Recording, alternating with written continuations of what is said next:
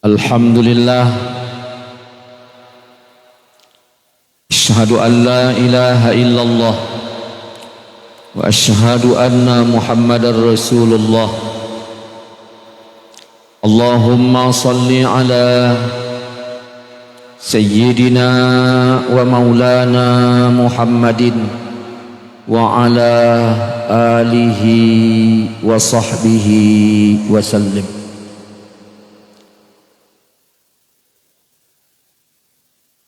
Saudara-saudaraku, terutama para ustadz, tuan guru, para alim, para ulama yang tak mungkin saya sebutkan satu persatu, saudara-saudaraku hadirin hadirat seiman seakidah yang dirahmati Allah Subhanahu wa ta'ala. Bersyukur kita kepada Allah atas segenap limpahan rahmatnya, nikmatnya maupun amanahnya. Berselawat kita kepada baginda Nabi kita Muhammad sallallahu alaihi wasallam. Allahumma salli wa sallim wa barik alaihi wa ala alihi. Kita mohonkan kepada Allah selawat yang kita bacakan kiranya disampaikan Allah kepada beliau. Kita berdoa kepada Allah semoga di akhirat kelak kita mendapatkan syafaatnya. Amin ya rabbal alamin. Kita berdoa kepada Allah semoga Allah membukakan hati kita, Allah berikan kita taufik dan hidayahnya, Allah tetapkan kita pada jalannya. Kita mulai dengan bacakan Ummul Quran. Al-Fatihah. A'udzu billahi minasy syaithanir rajim. Bismillahirrahmanirrahim. Alhamdulillahi rabbil alamin. Arrahmanir rahim. Maliki yaumiddin. Iyyaka na'budu wa iyyaka nasta'in. Ihdinas siratal mustaqim. Siratal ladzina an'amta 'alaihim ghairil maghdubi 'alaihim waladdallin. Amin. Saudara-saudaraku, Bapak Ibu, hadirin hadirat, para tengku, Abu, Walid, semuanya, semoga Allah Subhanahu wa ta'ala memberkahi kita semua. Kadang bingung kita kalau mau bicara di depan para ulama ini. Iya, tak tahu itu, hilang semuanya. Saya teringat ketika meninggalnya Muawiyah bin Muawiyah Al-Lais. Maka cuaca hari itu berubah yang belum pernah disaksikan oleh orang Arab, sehingga orang Arab datang kepada Nabi bertanya, "Ya Rasulullah, kenapa hari ini cuacanya beda? Aku sudah lama hidup tapi belum pernah kusaksikan seperti hari ini." Kata Nabi, "Aku pun tak tahu. Nanti kutanyakan Jibril." Maka datang Jibril. Nabi bertanya, "Wahai Jibril, kenapa cuaca hari ini begitu beda dengan sebelum-sebelumnya? Bahkan orang-orang Arab mengakui belum pernah kejadian seperti ini. Kuning kemerah-merahan, belum pernah kayak begini." Kata Jibril, "Oh, itu meninggalnya Muawiyah bin Muawiyah Al-Lais. Ini bukan Muawiyah yang hidup setelah Rasulullah wafat, bukan. Jadi apa hubungannya cuaca ini berubah dengan kematian Muawiyah?" "Oh itu," kata Jibril, "begitu dia meninggal, malaikat dari langit turun melayat. ya, kemunjung. Ya, malaikat dari langit turun melayat. Nah, bahkan yang nyolat maitkan Muawiyah bin Muawiyah Al-Lais ini 70.000 malaikat. Nabi bertanya, apa yang dia amalkan? Dia ngamalkan apa? Sehingga kosong langit itu, istilahnya turun mereka malaikat itu semuanya melayat. Apa kata Jibril? Oh, itu tidaklah beliau itu berdiri baik dalam solatnya, tidaklah beliau berdiri, berjalan, berlari, duduk, berbaring, melainkan di mulutnya selalu membaca kulhu. Jadi dia membaca kulhu. Kulhu itu maksudnya kulhu Allah, bukan kulhu. Tidaklah beliau berdiri, duduk, berbaring, melainkan di mulutnya selalu membaca kulhu.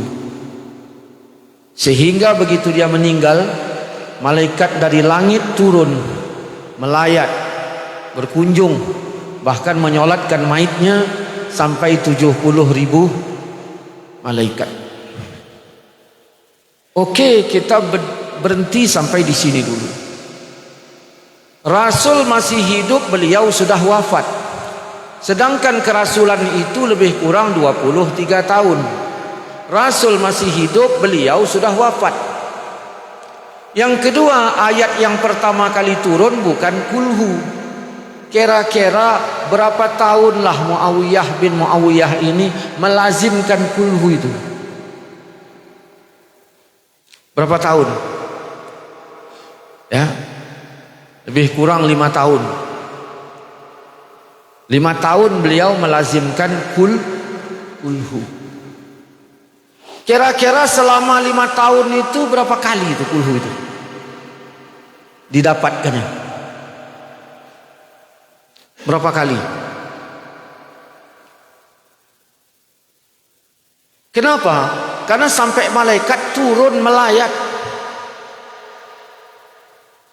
Sirul Muqtadin berapa sekarang anggotanya? 270.000. Yang bohong apa dong? Nah, pasti nah. Zaman Nabi nah yang munafik, penena zaman danyohan yang bohong. Ya, 10.000 yang hanali yang berapa? Berarti tinggal 250. Kalau meninggal anggota berapa baca? 50. Yang bohong? Ada. Takoh mentang ya 100. Berarti tinggal 150 ibai. Jadi menyena meninggal sidra urang jamaah berarti 50 kali kulhu dikali 150 berarti didapatkan 7.500.000. Ya, 7.500.000 kali kulhu Allah. Kira-kira sebanding enggak dengan kulhu Allah yang dibaca oleh Muawiyah bin Muawiyah Al-Lais?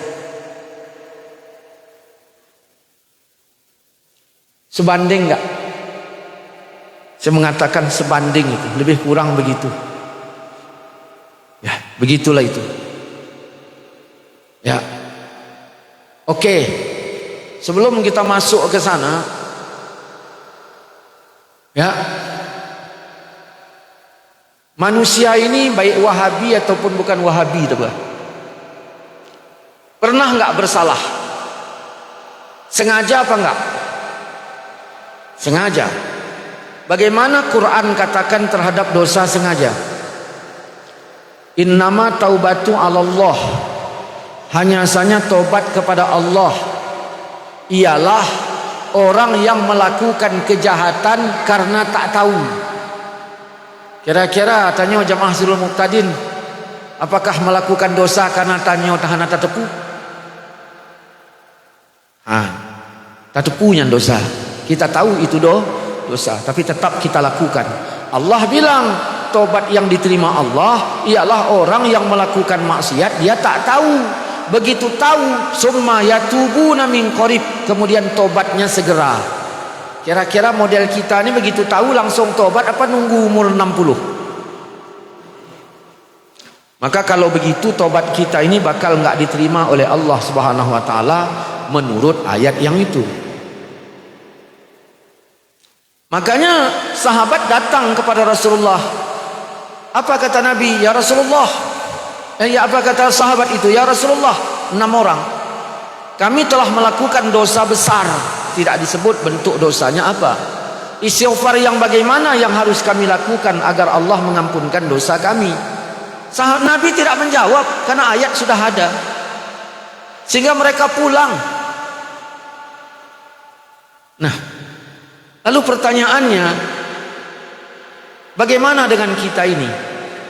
Berdasarkan ayat itu. Yang kedua, kita kembali ke Quran surat Mukminun ayat 102 dan 103. Mukminun 102 103. Apa kata Allah di sana? Siapa yang berat timbangan baiknya dia beruntung.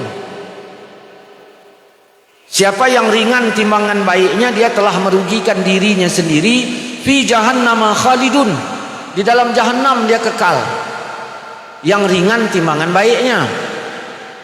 Maka kita pikirlah kali-kalinya saat ini. Andaikan malam ini kebaikan kita timbang, keburukan kita timbang. Bapak yakinnya banyak baik apa banyak buruk? Yakin kan?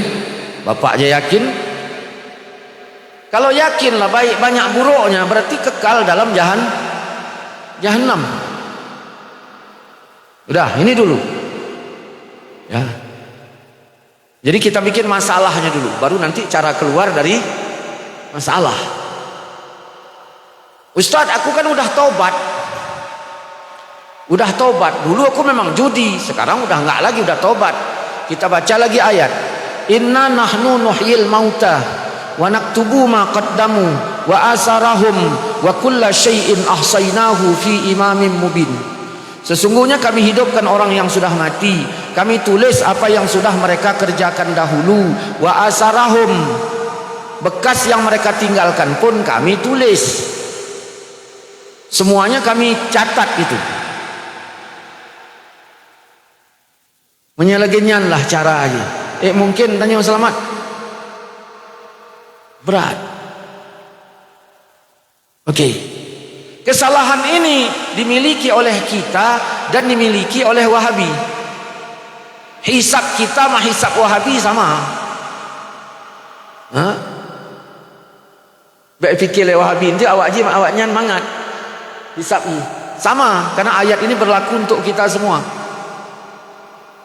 Nah, begitulah ketegasan Quran. Siapa yang ringan timbangan baiknya dalam jahanam dia kekal. Datang ke rumah, wah, Assalamualaikum Ustaz. Waalaikumsalam. Aku udah bosan maksiat, kata dia. Bosan maksiat. Macam mana lagi? Aku pengen tobat. Berapa umur Wak? Dia bilang baru 76. Berarti Wak ini mati di usia 150 itu. Karena 76 masih baru. Ya, berarti 150 tahun baru mati Wak ini. Aku udah bosan maksiat, aku pengen tobat. Berapa umur Wak? Baru 76. Ayat bilang siapa yang ringan timbangan baiknya dia kekal dalam jahanam. Apa yang harusnya saya jawab untuk Wak ini? Wak nggak usah tobat, Wak nanggung gitu. Karena ayat udah bilang tadi, terhadap maksiat kami tulis, kata Allah. Yang sudah mereka tinggalkan pun masih tertulis. Dosa sengaja tidak diampunkan. Karena dosa tadi disebut innama taubatu, hanya saja tobat kepada Allah itu ialah orang melakukan kejahatan karena tak tahu. Begitu tahu, summa yatubuna min qarib, tobatnya segera. Apa yang bisa saya berikan untuk Wak ini? Maksiat dia sengaja. Katakan udah tobat, ada ayat bilang masih ditulis. Begitu ditimbang, lebih banyak dosanya, berarti kan kekal. Kalau kekal saya bilang apa? Udahlah Wak, nggak usah tobat lah Wak, nanggung lah Wak. Apakah begitu? Ya. Nah, ini masalah. Dah, andaikan malam ini kita ditimbanglah amal baik kita sama amal buruk kita, kira-kira mana banyak? Banyak amal buruk, berarti kekal dalam neraka, kan gitu. Habis, tak ada lagi. Maka jalan keluar yang pertama, kenapa dia meninggal? Kenapa, apa ya amalannya? Tidaklah beliau berdiri, duduk berbaring, dia selalu baca kul. Maka itu solusi pertama. Alhamdulillah. Ya. Bagi yang sudah masuk Surul Muqtadin, ya rajin-rajinlah. Rajin-rajinlah. Belum ada itu yang kayak gitu itu sebenarnya. Ya. Ada Jokowi pemati itu nggak ada yang baca segitu itu. Abu Janda yang setia pun nama Jokowi itu tak ada itu yang gitu. Ya, tak ada itu. Ya, bacalah itu. Dah. Jadi kul huwallah. Ya. Ini yang pertama. Yang kedua, Rasulullah pernah berpesan, ya, dalam riwayat Imam Ahmad, sebenarnya ada juga yang lain merawikan, siapa yang membaca la ilaha illallah wahidan ahadan somadan lam yattakhis sahibatan wala waladan walam yakun lahu kufuwan ahad. Panjang apa pendek itu bacanya? Bagi yang kuat beramal bilangnya pendek, bagi yang jarang panjang itu.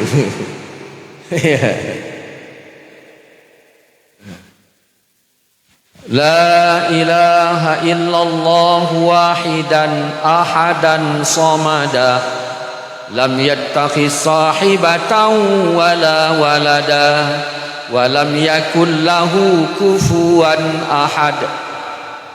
11 kali kata Nabi, dicatat itu kebaikannya 40 juta.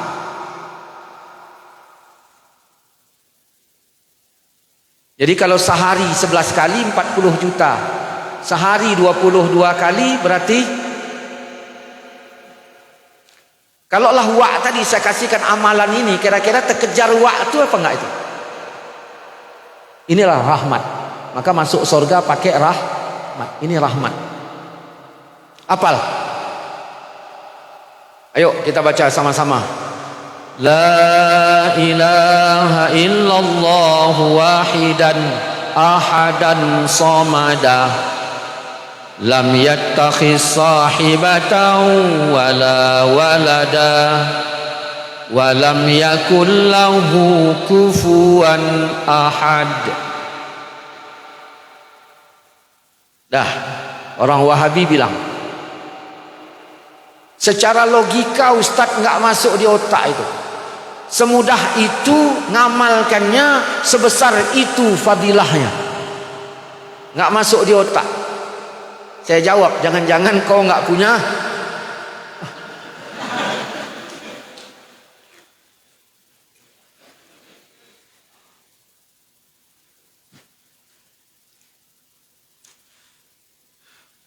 Wak Leman minta saya ngusuk dia. Saya urutlah Wak Leman ini tadi 1 jam. Sambil saya pandang-pandang di depan rumahnya ada pohon rambutan sebesar sekecil ini batangnya, berbuah. Saya bilang, "Wak, itu pohon apa, Wak?" "Rambutan." "Banyak buahnya." Sebenarnya dari pohonnya lumayan. Kalau dipanen berapa banyak itu? Ya kira-kira 2 goni kecil lah. Namanya pun pohonnya pun masih 4 tahun. Saya bilang, saya ngusuk dia 1 jam. "Wak, aku minta ya, Wak ya." "Ambil. Tapi jangan banyak." Kata Wak tuh, 1 jam saya ngusuknya. Saya ambil 20. Wak, aku ambil 20 ya Wak. Ya udah, 1 jam saya ngusuknya. 20 dikasihnya. Wajar nggak? Wajar, karena pohonnya pun kecil, buahnya pun tak banyak, cucunya belum makan, anaknya belum, dia pun jangan bilang baik terpegahnya apa krit baik. Ya wajar lah, karena dia pun tak banyak. 1 jam saya ngusuknya, 20 dapat rambu. Keluar dari masjid, keluar dari masjid, ada sendal Wak Udin, tercampak semeter setengah. Tercampak semeter setengah. Datang Wak Udin bilang, Mat, Wak Udin ini mau ngasih rahmat kepada si Ahmad. Mat, tolong ku ambilkan sendalku. Dia mau ngasih rahmat, tapi lewat ibadat. Tolong ku ambilkan, berarti kan harus ada ibadatnya, kerjanya. Ah, malas aku. Engkolnya keretanya si Ahmad tadi pergi. Terus apa dia bilang? Mau dikasihnya ke saya rahmat tadi. Tolong ku ambilkan sendalku itu. Yang mana Wak? Yang ini. Saya ambil kalah sendalnya tadi yang tercampak 1 meter setengah. Saya kasihkan ke dia. Semenit ngabiskan waktu. Nggak sama Wak Leman tadi ngusuknya 1 jam. Cuman ini Wak, katanya, ayo ke rumahku, kata Wak itu tadi. Berangkatlah ke rumahnya. Terus dia tunjukkan, tuh kau tengok itu. Ini di belakang rumah ini, pohon rambutan ini. Saya lihat segini-gini batangnya, merah-merah udah, banyak udah merah. Saya tanya, punya siapa Wak? Punya akulah. Berapa batangnya? 281. Wah, pohonnya sebesar begini, jumlahnya 281 pohon. Maksudnya Wak nunjuknya ngapain? Kalau mau kau ambil. Saya kan nggak tahu jumlahnya berapa yang diizin.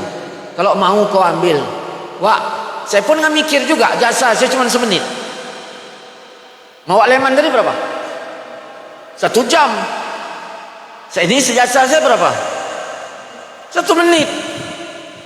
Kalau mau kau ambil, Wak, aku pulang dulu ke rumah ya Wak, ngambil goni. Bisa Wak, aku ambil segoni? Apa kata Wak Udin? Pekap kau bawa. Pekap. 1 menit saya berbuat, 1 pekap dapat rambu. Wajar apa enggak? Ya wajar. Kenapa? Karena stok Wak Udin banyak. 1 jam saya bekerja, 20 saya dapat. Wajar enggak? Ya wajar, karena stok Wak Leman sedikit. Maka barulah kita sampai pada titik pertanyaan, mana lebih banyak, stok rahmat Allah atau stok rambutan Wak Udin? Sepakat kita mengatakan lebih banyak stok rahmat Allah. Kalau begitu, kenapa kita bilang apa mungkin sependek itu amalan, sebesar itu fadilatnya? Inilah rahmat. Maka kita masuk surga itu pakai rahmat. Kan gitu. Ada warung bakso. Warung bakso ini tadi warung bakso Sabina. Bantablo poh 8 malam ke hana.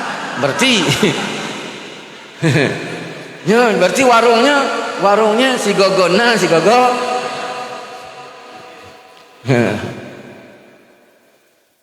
Dah. Jadi warung Sabina jual bakso harganya 60.000 1 porsi. Di lingkungan orang miskin. Napeng dihidangkan, tak ada peng tidak dihidangkan.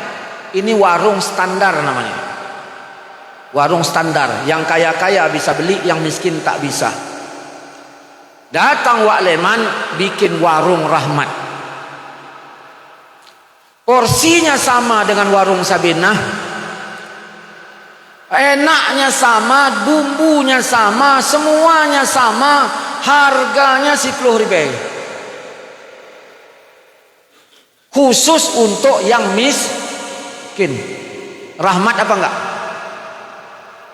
Nah, syarat yang miskin kalau ingin dapat, pertama beli, ya harus beli. Rahmatnya di mana? Harganya kita masuk surga ini dengan rahmat Allah. Jadi baik tak preh rahmat mentang harus tak ibadat.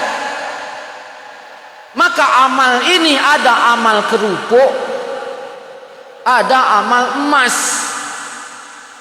Maka kalau ada hadis-hadis menawarkan amal emas, ambillah amal itu, karena dengan itu nanti mudah-mudahan kita sampai pada ridho Allah Subhanahu wa taala. Ada amal kerupuk, ada amal emas. Ya kata anaknya, jajan nanti kalau laku 1 tronton itu nanti udah kita bawa ke tokinya sana, duduk dimanapun, di warung manapun kita oke, kata ayahnya. Rupanya kerupuk 1 tronton. Datang anak yang satu, ya apa? Jajan, tenang, laku nanti yang di dalam kantong ini udah ayah jual, dimanapun kita duduk oke. Maka ngejeklah anak kerupuk tadi. Oh, tengok itu 1 tronton itu. Kalau laku kata ayahku di warung manapun bisa kita duduk. Aku pun gitu juga kata ayahku. Kalau laku yang di kantongnya nanti duduk juga di warung. Di kantong. Tuh tengok 1 tronton. Rupanya 1 tronton kerupuk. Begitu dijual 1 tronton 10 juta napeng. Begitu dijual yang ini tadi 60 gram. Ada amalan emas, ada amalan kerupuk. Maka siapa yang membaca la ilaha illallah wahidan ahadan somada lam yattakhis sahibatan wala walada wa lam yakun lahu kufuwan ahad, 11 kali Allah catat 40 juta kebaikan. Mudah-mudahan dengan itu tersaingilah keburukan kita ini tadi dengan kebaikan. Dah, ayo ulangi. La ilaha illallah wahidan ahadan samada lam yattakhis sahibatan wala walada walam yakul lahu kufuwan ahad. 11 kali. Baik tak pegah lain, apa mungkin? Nah, cukup pendek amalannya, terus banyak kali pahalanya. Nah, bandingannya tadi rambutan Wa'udin dengan rahmat Allah. Dah. Berarti ada berapa amalan? Yang pertama, kulhu. Kulhu itu kulhu Allah, jangan kulhu. Nah. Dah. Yang ketiga, cinta dengan kulhu. Ini lain lagi babnya. Cinta dengan kulhu. Karena ada sahabat yang selalu membaca kulhu, tak pernah dicontohkan oleh Nabi. Sahabat yang lain dimanapun kapanpun, dia aja yang bikin kulhu terus dalam solatnya. Karena ini aneh, sahabat yang lain lapor kepada Nabi karena ini aneh. Ya, kalau Wahabi bilang ini bid'ah gitulah. Maka Nabi tanya alasan mereka itu kenapa. Maka apa kata pelaku? Ya Rasulullah, aku cinta dengan kulhu. Aku cinta dengan kulhu. Untunglah sahabat ini tadi bilangnya ke Nabi. Kenapa kau baca kulhu? Aku cinta dengan kulhu. Kalau sempatlah dia ini tadi bilangnya ke Wahabi, kenapa kau baca kulhu terus? Aku cinta dengan kulhu. Apa kata Wahabi? Berarti kau anti dengan Al-Muluk, anti dengan Al-Baqarah. Biasanya Wahabi gitu jawabnya. Ternyata Nabi enggak kayak Wahabi. Ya, kenapa kau baca kulhu? Aku cinta dengan kulhu. Simple. Maka Nabi menjawab, hubbuka iyyaha adkhalakal jannah. Cintamu kepada kulhu memasukkan kau ke dalam Ada baca kulhu tapi enggak cinta, ada. Ada. Maka baca ya baca, cinta ya cinta. Ini kadang-kadang begitu tahlilan sama dia, menan baca sama dia, gop baca jihana sengap. Tutup babahnya. Tutup ya. Qul huwallahu ahad Allahus samad lam yalid wa lam yulad wa lam yakul lahu kufuwan ahad. Jadi tutup ke babahnya. Kapan babahnya tahah? Leh sama dia, truk kupi baru tahah babahnya. Palih pun ai. Hah? Nah yang lain. Ai ide kan. Adalah kamu ide. Ini anak yang mengaku.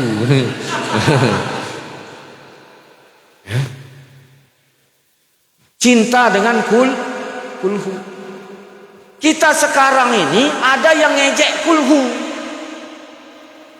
Ini kalau ada imam baca kulhu, apa dia bilang? Katuk imam kulhu.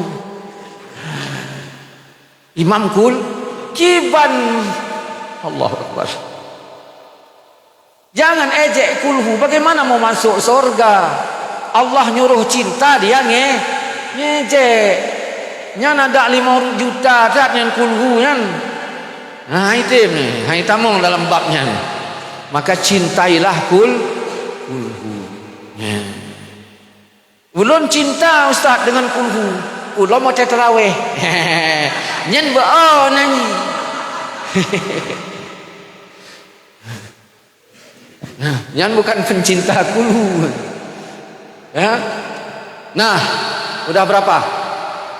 Apa aja? Baca kulhu, cinta kulhu, la ilaha illallah wahidan ahadan. Udah 3. Kemudian kita baca An-Nisa ayat 64. An-Nisa ayat 64. Walau annahum izzalamu anfusahum ja'uka, kan gitu. Nah, dan seandainya mereka telah menzalimi diri mereka,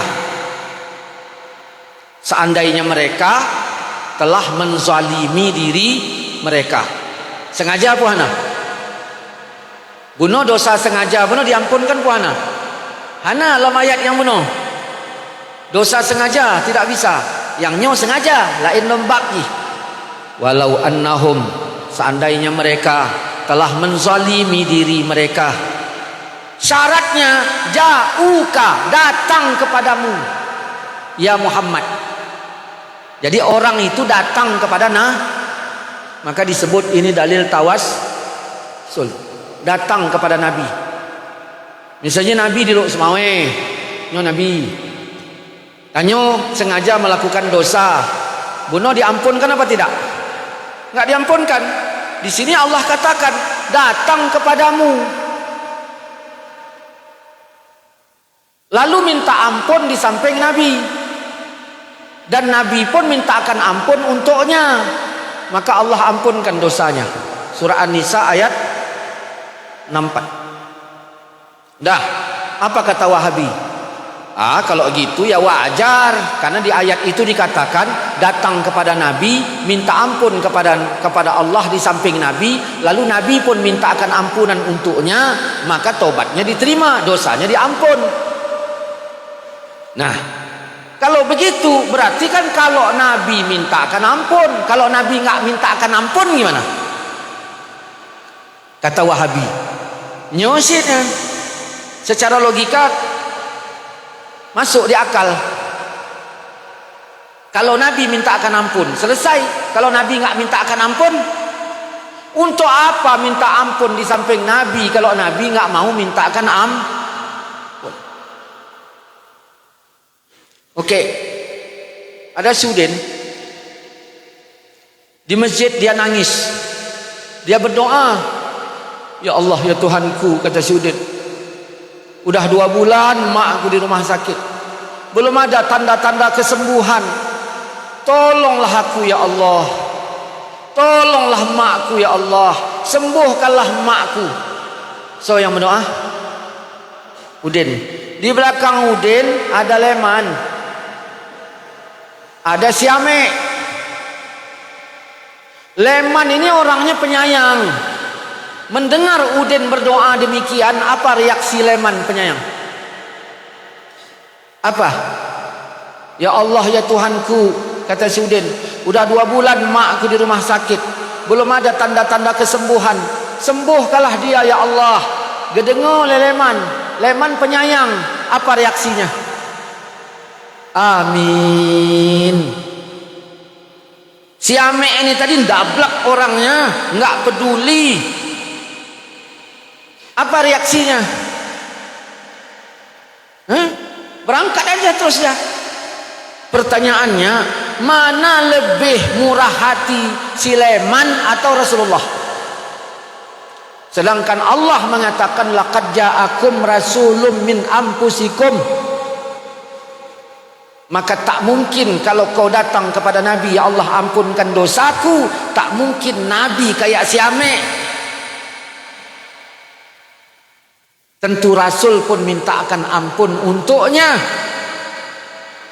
Disitulah tobat diterima. Nah, dah. Rasul hidup, sahabat hidup, sahabat sengaja melakukan dosa. Kata Allah kalau mau ampunan karena dosa sengaja, datang kepada Nabi. Ini menunjukkan apa? Syaratnya harus dekat. Syaratnya harus dekat. Dekat dengan Nabi. Nabi hidup, sahabat hidup, disuruh Nabi datang kepada, disuruh Allah datang kepada Nabi hidup, sahabat hidup, dekat. Ustaz, bagaimana kalau sahabat udah mati? Sahabat yang mati, Rasul hidup.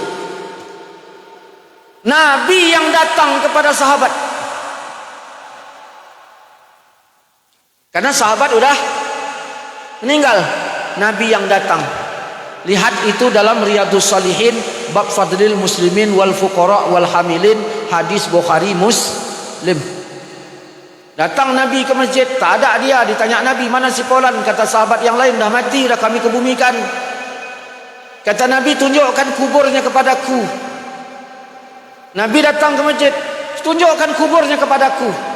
Apa mungkin sahabat waktu nunjukkannya modelnya gini aja, Muhammad, kau kalau mau pergi ke makam si Fulan, itu di sana, nanti ada simpang tuh, belok sana, situ. Mungkin nggak sahabat? Kurasa kalau kita gitu ya. Tidak, datang berdua dengan sahabat ke makam, sahabat yang sudah meninggal. Dah, ziarah kubur apa enggak ini? Sampai ke kubur Nabi bersama sahabat yang ini tadi, Nabi ngapain? Berdoa. Apa kata Nabi? Nabi berdoa. Wahabi bilang, Ustaz berdoa kenapa di kubur? Kenapa enggak di masjid? Ya kau bilanglah sama Nabi. Mungkin Nabi keliru, kau yang betul.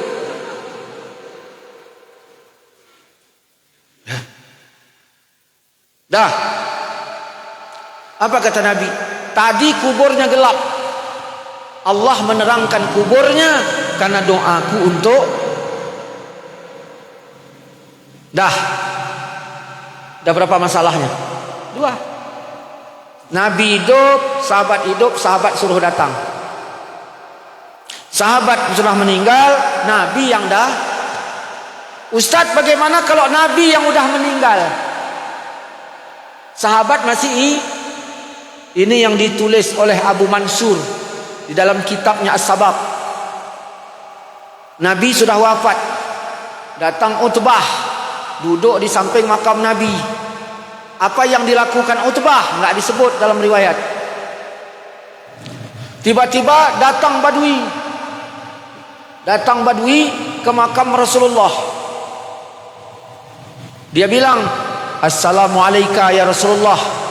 Selamat sejahtera kepadamu wahai Rasulullah.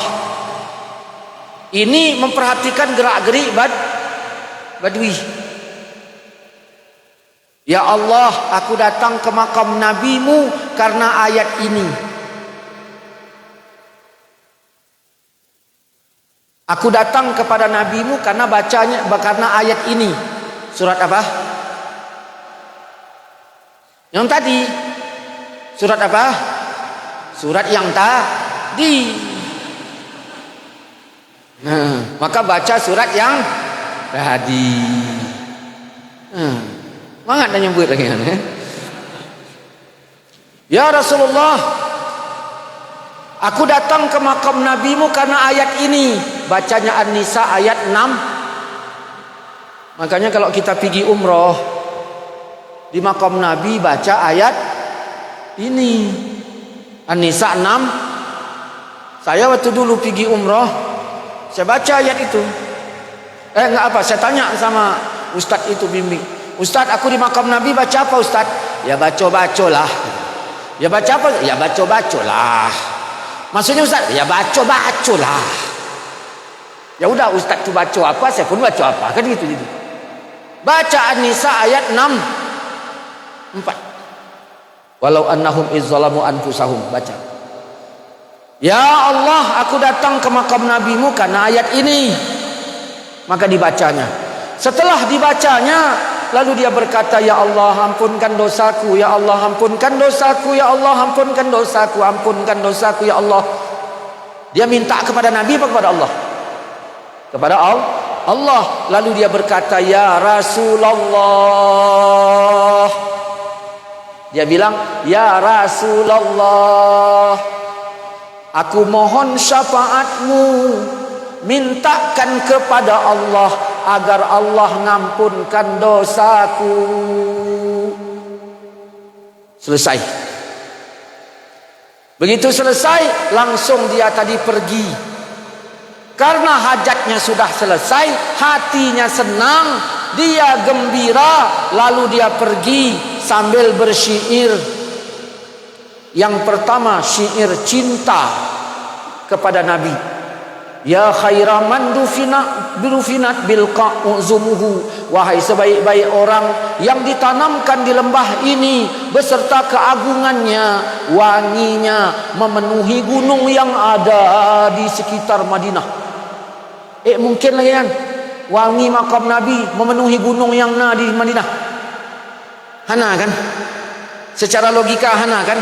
Maka syair ini kalau menurut Wahabi berlebihan, berarti kalau bid'ah dhalalah, karena enggak masuk di otak. Ini syair cinta, mematahkan logika. Makanya orang cinta itu kan lagi-lagi orang anak otak kan ya. Kaulah bulan, kaulah bintang. Ini syair cinta.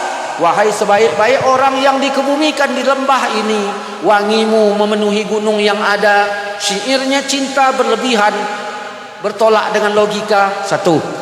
Yang kedua, ketika dia pergi karena gembira, dia ikut menggerak-gerakkan tubuhnya. Wahai sebaik-baik orang yang dikebumikan di tempat ini, digerak-gerakkan tubuhnya. Begitu Badui ini berangkat, aku, kata Utbah, lep tertidur, bermimpi ketemu Rasulullah. Apa kata Nabi? Ya Utbah, wahai Utbah, kau susul laki-laki itu, kau susul cepat. Katakan padanya bahwa Allah telah mengampunkan dosa. Kisah ini diabadikan. Dari kalangan ulama salaf pun diabadikan. Nabi hidup, sahabat yang datang. Sahabat meninggal, Nabi hidup, Nabi yang datang. Dah. Nabi yang sudah meninggal, sahabat hidup, sahabat yang datang. Ustaz, kalau begitu besar kali fadilahnya membaca surah An-Nisa di 64 tadi di makam Nabi Muhammad, enak kalilah orang yang bisa umroh mengacat yang napeng pedung kan jenuh. Nah, yang napeng 50 jutaan dah berah. Mengacat kamu hanapeng yang kiban. Kamu perlecito dengan Rasulullah. Kalau engkau tak bisa dekat secara zahir, secara nyata dengan nabimu, cobalah engkau dekat secara rasa. Ada pilihan yang keempat, secara makanya guru-guru kita dulu berkata, Bapak Ibu, mari kita berdiri sejenak, kita berselawat kepada Nabi, kita muliakan Nabi, mengajarkan dekat secara rasa. Rasul hadir, maksudnya secara rasa, bukan nyata. Apa kata Wahabi? Secara akal nggak diterima itu, Ustaz. Nabi makamnya di Madinah jauh sana, kita di sini menyambutnya. Ini secara akal nggak masuk nih, secara otak nggak masuk. Kita jawab lagi, jangan-jangan kau begini, Ustaz. Aku ini S3 aku dari S1, S2, S3 jurusan matematika, ilmu nyata itu. Bagaimana mungkin aku ini belajar ilmu nyata meyakini ilmu yang tak nyata? Oke, Bapak udah pernah pergi haji? Udah. Berapa lama? Ya 5 tahun yang lalu. Bapak tahu nggak haji itu apa? Ya tahulah, namanya pun aku udah pernah pergi. Waktu Bapak kemarin pergi haji, wak melontar jumrah apa nggak? Melontar. Maksudnya apa itu? Ya melontar setan. Ada nggak secara nyata setannya di situ? Ya nggak ada. Waktu Nabi Ibrahim melempar dulu ada nggak? Ya ada. Nabi Ibrahim lempar siapa? Ya setan. Jadi wak ngikut siapa? Ngikut Ibrahim. Ibrahim kan ada setannya dilemparnya. Waktu wak ngelempar ada nggak setannya? Ya nggak ada. Kenapa wak lempar? Karena wak ini tadi mintanya. Ini wak ini namanya wak tempeleng namanya. Ya. Bukan gitu maksudnya Ustadz. Pandainya wak itu berkias di masalah ini. Kenapa nggak kiaskan sikit saja di masalah selawat? Paham kan? Paham nggak? Saya aja belum paham ini. Udah. Makanya kalau disebut mari Bapak Ibu berdiri sejenak kita berselawat. Apa kata wak-wak di Medan? Alah, selawat ngapain mesti berdiri? Kalau duduk kenapa rupanya? Katanya Wahabi itu suka dalil. Segala sesuatu dalil. Diajak berdiri. Kalau duduk kenapa rupanya, kata dia. Ini bukan dalil. Selawat ngapain berdiri? Kalau duduk kenapa rupanya? Ini bukan dalil. Ya udah, saya pun nggak pakai dalil. Ya kalau berdiri kenapa rupanya, Wak? Ya kalau duduk kenapa rupanya? Ya kalau berdiri kenapa rupanya? Ya kalau duduk kenapa? Kalau berdiri kenapa rupanya? Wak itu capek, saya pun capek. Akhirnya udahlah, kau berdiri aku duduk. Oh, tidak sesederhana itu, Wak. Tidak sesederhana itu. Waktu Nabi ke Madinah disambut orang Madinah. Orang Madinah nyambutnya berdiri apa duduk? Kurasa kalau wak itu ada, wak itu yang duduk. Ya. Begitu duduk Bani Aus bersama Rasulullah, datang kepala sukunya. Maka warga Bani Aus tetap duduk menghormati Nabi. Nabi ajarkan adab, ya Bani Aus kumu ila sayyidikum. Wahai Bani Aus, bedah, bangun, sambut ketua kalian. Ulama berpikir kalau kepada kepala suku Bani Aus yang bukan apa-apa dan bukan siapa-siapa dibandingkan hebatnya Nabi, itu pun diajarkan Nabi berdiri menyambutnya, apalagi kepada Rasulullah. Terus apa rasa di kita? Kalau tak bisa dekat dengan Nabi secara secara nyata, cobalah dekat secara rasa. Makanya bagaimana perasaan Badui tadi ketika dia pergi? Dia bersyair dengan syair cinta, lalu menggoyangkan badannya karena bahagia. Orang bertanya kepada saya, Ustadz, bagaimana kalau orang selawatan ikut menggerakkan badannya? Kalau untuk cinta tak masalah. Makanya kadang-kadang kalau ada selawatan, ya Hanana ya Hanana, ya Hanana, ya Hanana, ya Hanana. Hana masalah. Karena mewujudkan rasa cinta. Ya Hananya kan bahasa Aceh kan. Dah. Apalagi begini Ustaz, apa mungkin Rasul tahu dia di Madinah, kita di sini berdiri menyambutnya? Oh, Nabi punya CCTV. Oh, masa? Saya datang ke rumah Wa'udin, segan sama Wa'udin. Leman anaknya nggak segan, saya orang kawan. Assalamualaikum, segan saya. Waalaikumsalam, kata Leman. Duduk bang. Saya pun duduk sopan, segan saya. Ayahmu mana? Ayahku udah 2 minggu di Jakarta. Loh, begitu saya tahu ayahnya nggak ada di rumah, hilanglah segan saya. Duduklah saya pun sembarangan. Tiba-tiba terdengar suara adab. Saya tanya, man, suara siapa itu? Ayahku lah. Tapi ayahmu di Jakarta. CCTV. Rupanya hebat kali Wa'udin ini, rumahnya pakai CCTV. Dari Jakarta dia nengok saya beradab apa enggak. Ya Allah, pertanyaannya Nabi Muhammad punya CCTV apa enggak? Punya. Wah, masa Ustaz zaman dulu dari sini? Ada. Ustaz jangan berkombur. Ada. Dari mana Ustaz tahu? Hadis. Ah, aku lama belajar hadis. Nah inilah ini, harus tahu. Apa kata Nabi? Luruskan saf kalian. Saf kalian lurus, kata Nabi. Rapatkan, karena aku dapat melihat dari belakang punggung. CCTV apa bukan? Wa'udin kalau paket internetnya habis, bisa nggak nengok saya? Apa pernah habis paket internet Rasulullah? Jibril yang nyampe kannya.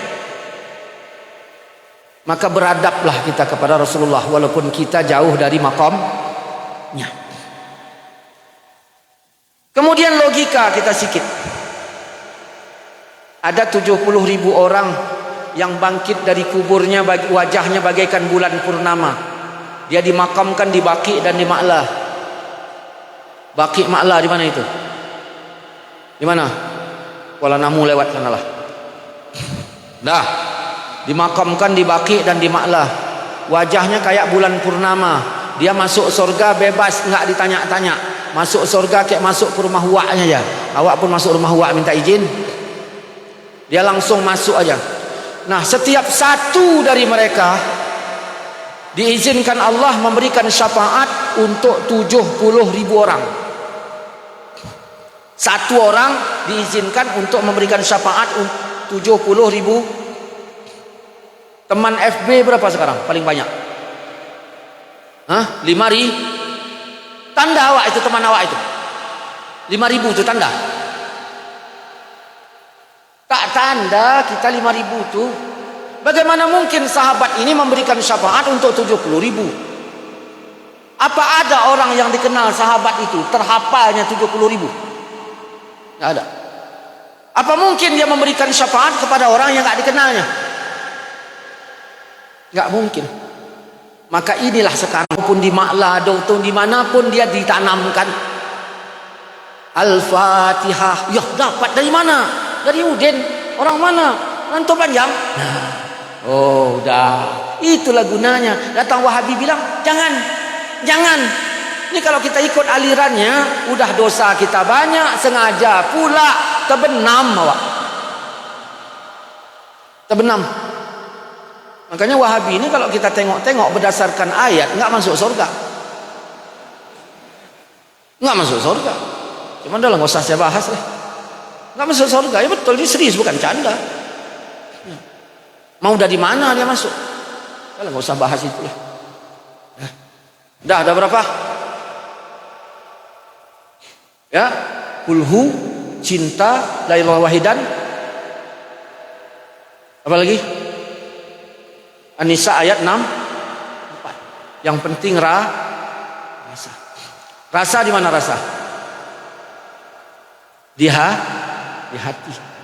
Mana tua? Otak apa hati? Kita umur berapa baru berotak? Apakah begitu lahir disuruh semayang? Belum, karena belum berotak. Otak udah ada tapi belum berguna. Udah balik baru. Hati udah ada apa belum? Udah. Mana tua? Tua hati.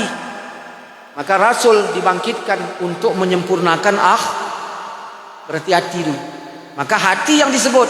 Mau kemana kau? Rantau panjang. Hati-hati ya, kata mak. Karena itu yang tua. Nggak ada otak-otak ya.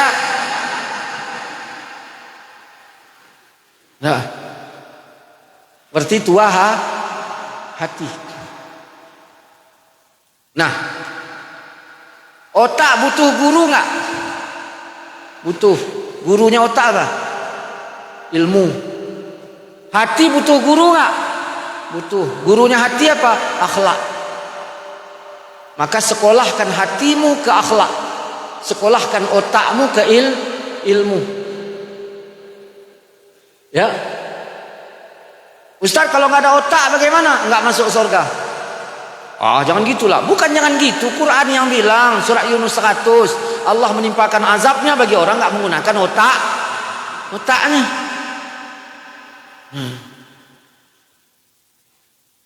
Otak tempat apa? Mikir. Hati tempat apa? Zikir. Hati zikir, otak mikir. Masa yang paling dekat dengan Allah kapan? Waktu sujud. Kenapa? Karena waktu sujud otak di lantai, hati di atas. Hati tempat zikir, otak tempat mikir. Dikala zikir lebih tinggi dari pikir, maka di situ manusia disebut dekat dengan Tuhan. Di saat hati menguasai pikir, di saat zikir menguasai pikir, di situ baru disebut manusia dekat dengan Tuhannya. Kita bagaimana mau dekat sedang zikir mikir? Apa ada itu? Nah, coba baca sama dia. Nah, menyukai no, kamu ngati, pada menggoti. Ya kan? Nah, apalagi udah sampai. Nah, yang tukang bawa lewatkan sikit. Walam yakul lahu kufuwan ahad. Bismillahirrahmanirrahim. Cikalul mukain. Nah, sampailah kini. Nah, kita sedang zikir mikir. Rasul dibangkitkan untuk menyempurnakan akhlak. Kenapa? Akhlak itu gurunya hati. Ilmu itu gurunya otak. Ketika sejalan otak dan hati, ilmu dan akhlak, disitulah disebut abdi, hamba. Sudah panjang kali ini sesi pertama. Demikianlah dulu.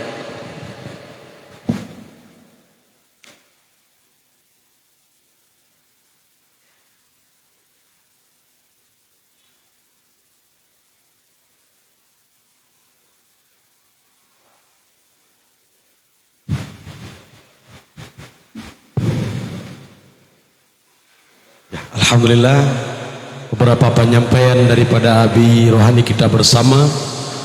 InsyaAllah kita masuki pada season yang kedua,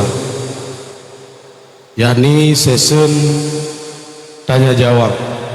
Bagi Bapak Ibu yang mungkin ingin bertanya 1-2 pertanyaan, maka boleh langsung bertanya atau melalui selembar kertas atau bisa melalui WhatsApp.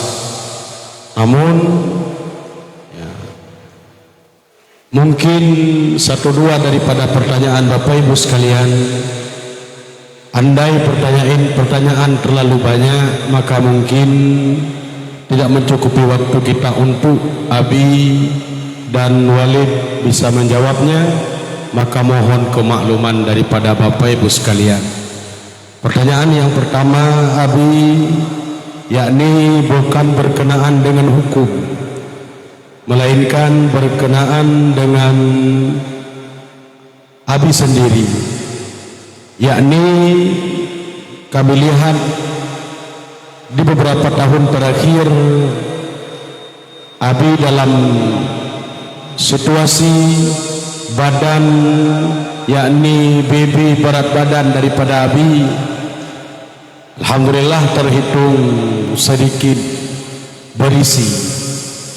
Namun di beberapa bulan terakhir ini kami lihat dengan drastis, yakni badan Abi Rohani kita bersama alhamdulillah sudah banyak berkurang dari sebelumnya. Maka pertanyaannya Abi, ada yang bertanya mengapa dan apa rahasianya. Baiklah, terima kasih Abi, kami mohonkan jawaban dengan hormat.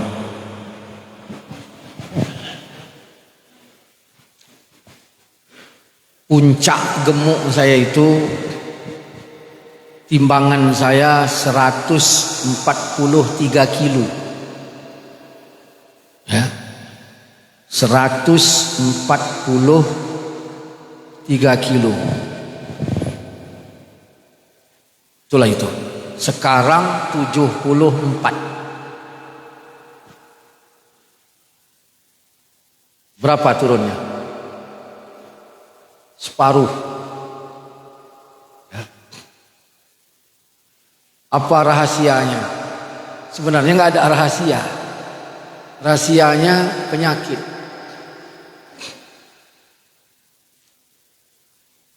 Saya sedikit saya ceritakan.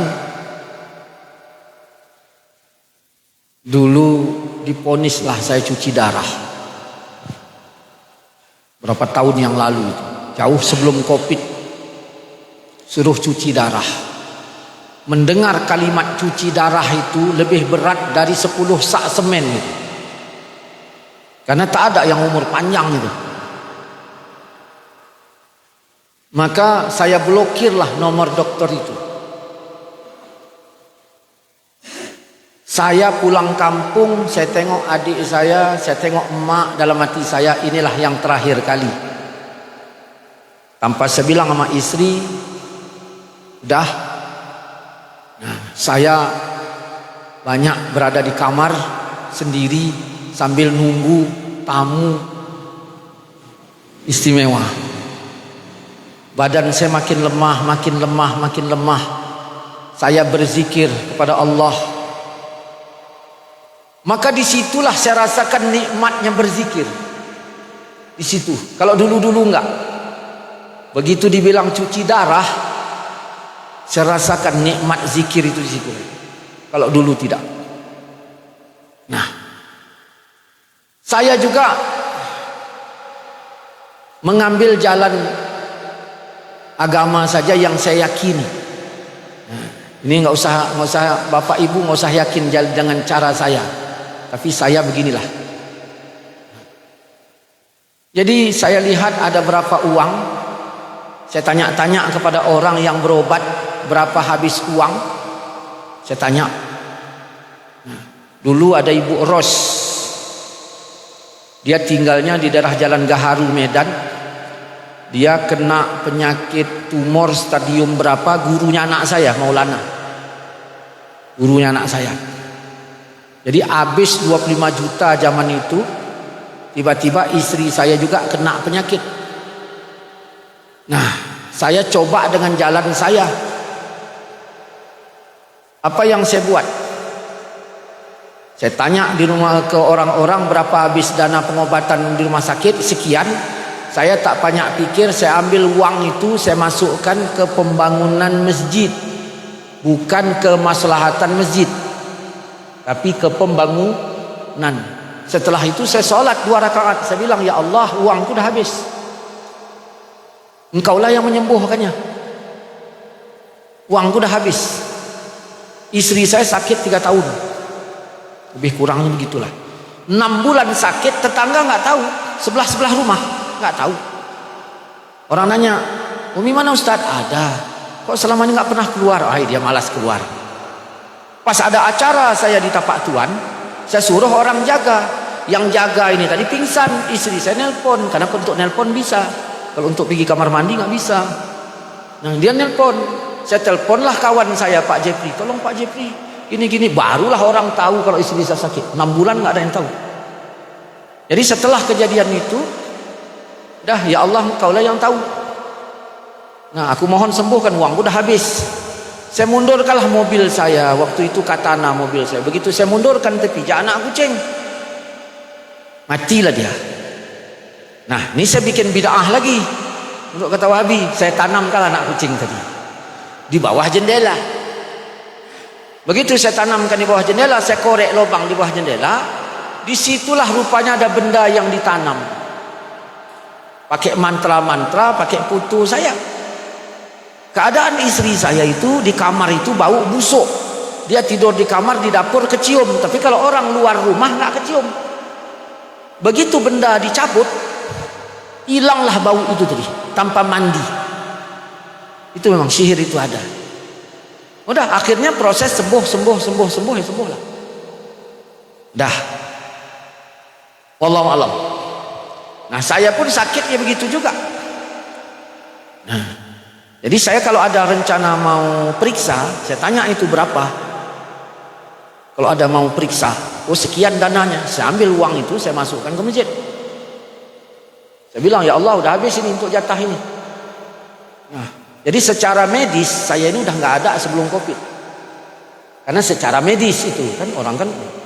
Tapi Allah berkata lain. Semua kawan-kawan saya yang cuci darah sekarang tidak ada lagi. Dan alhamdulillah saya sembuh. Sembuh. Darah maksudnya nggak ada lagi, ginjal itu nggak ada. Cuman kalau lemah ya sembuh. Nah. Makanya sebelum istri saya meninggal kemarin, saya yang sakit. Jadi saya yang sakit. Jadi saya bilang kepada anak saya yang di Paluh Gading, anak saya 2. Yang pertama Maulana Muhammad Jamil dari Surabaya ke Yaman, tempat saya Abu Bakar Adeni, pulang dari sana saya nikahkan, sekarang saya sudah punya cucu 1. Yang 1 lagi dari Abu Paluh Gading, saya antarkan ke Yaman bulan 7 kemarin. Ya, bulan 7 kemarin. Nah, baru sekarang belum lama lagi. Dah. Jadi saya bilang ini kalau saya mati nanti nggak sampai nih anak ini ke sana. Saya pengen orang ini berdua sama. Jadi bikinlah acara di rumah itu, acara keluarga. Dalam hati saya, inilah saya terakhir kali dengan keluarga. Karena melihat sakit saya dari sisi yang lain juga. Nah ternyata 5 hari dia di Yaman, meninggal istri saya. Yang sehat walafiat. Nah begitulah. Jadi saya sekarang ini begitu. Saya kecuali sakit yang sakit. Nah itu saya cepat saya berobat itu. Seperti sakit gigi. Nah itu kan sakit itu. Nah itu cepat saya itu. Karena nggak tahan saya.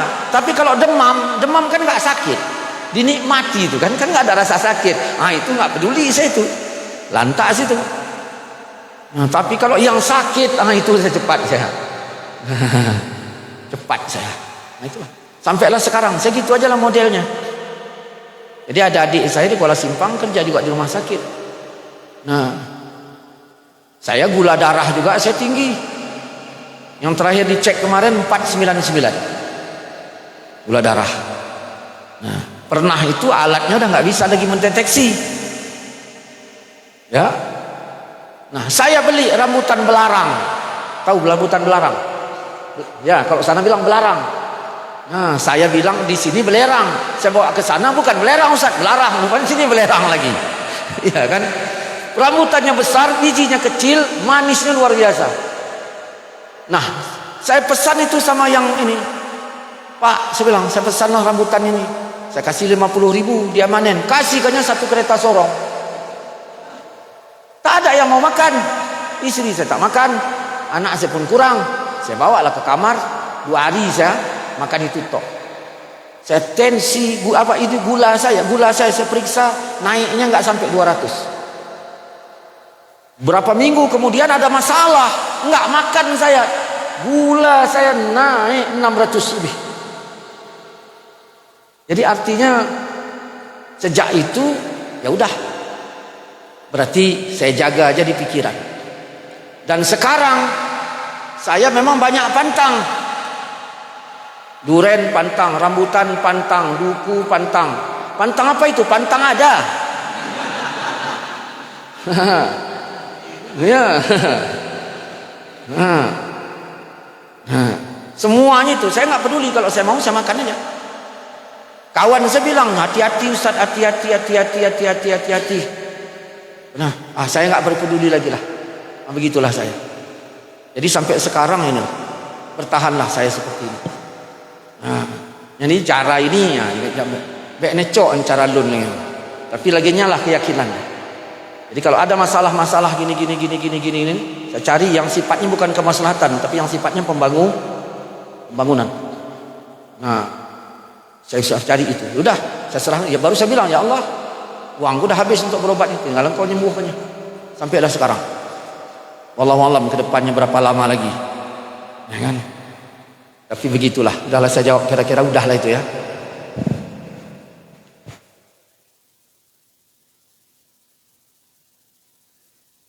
Ya, alhamdulillah.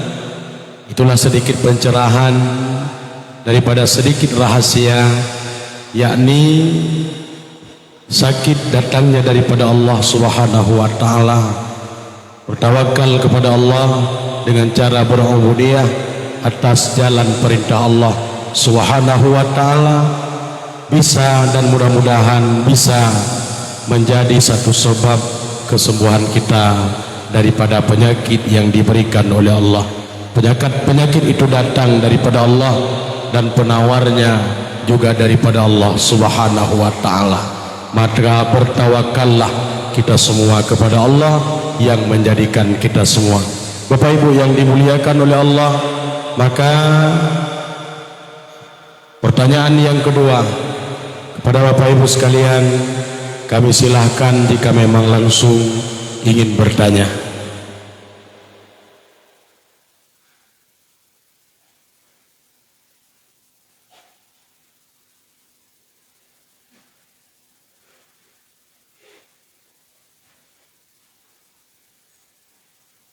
Ya, atau bisa WhatsApp, menghubungi saya via WhatsApp atau SMS pada nomor 0822 7333 7338. Kami ulangi, pertanyaan mungkin bisa dikirimkan melalui via WhatsApp pada nomor 0822 7333 7338.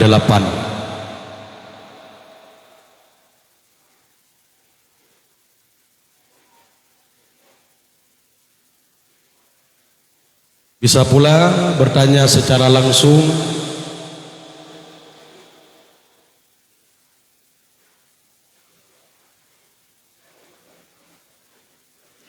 Hana?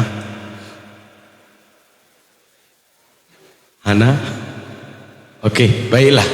Maka dengan berakhirnya jawaban daripada Abi tadi, insyaallah kita lanjutkan di pertemuan selanjutnya. Sebagai keberkahan acara, kami mohonkan seuntai doa daripada Abi, kepadanya kami silakan. A'udzubillahi minasyaitonirrajim. Bismillahirrahmanirrahim. Alhamdulillahi rabbil alamin, wassalatu wassalamu ala asyrafil anbiya'i wal mursalin wa ala alihi wa sahbihi ajma'in. Allahumma arzuqna ikhlasa wa ja'alna minal mukhlisin. Allahumma arzuqna taufiqa wal hidayata wal istiqamah. Allahumma inna na'udzubika minasy syakki ba'dal yaqin wa na'udzubika min syarri syaitonir rajim wa na'udzubika min azabi yaumiddin ya mujibas sa'ilin. Allahumma ighfir lana dzunubana wa dzunuba abaina wa ummahatina wa ala jami'il mu'minin wal mu'minat wal muslimin wal muslimat bi rahmatika ya arhamar rahimin. Rabbana atina fid dunya hasanah wa fil akhirati hasanatan wa qina azaban nar. Wa sallallahu ala sayyidina wa maulana Muhammadin wa ala alihi wa sahbihi walhamdulillahi rabbil alamin. Taqabbalallahu minkum minna wa minkum. Assalamualaikum warahmatullahi wabarakatuh.